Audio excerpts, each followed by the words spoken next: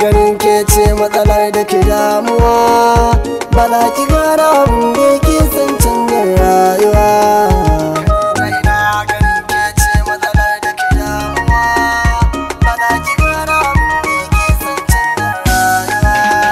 Abin da na adana cikin raina shi ne na baki, ki gane akwai dubinki da ba sa so su ji na yi raki.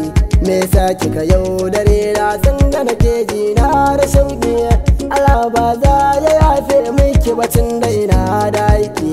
Batulci babu kyau na baki ado na baki mulki, ashe ba ni kike kauna ba ki gane na tsane ki. Na san da akwai waɗanda suke ta zuga kike mun butulci, kuma su ba sa da hanyar sa ki kaucewa butulci ba.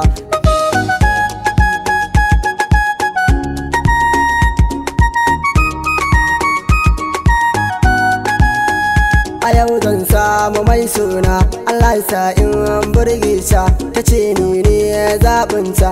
Idan zan tsaro zancen su dole sha shayi ne, domin shi zai fi saitan murya sa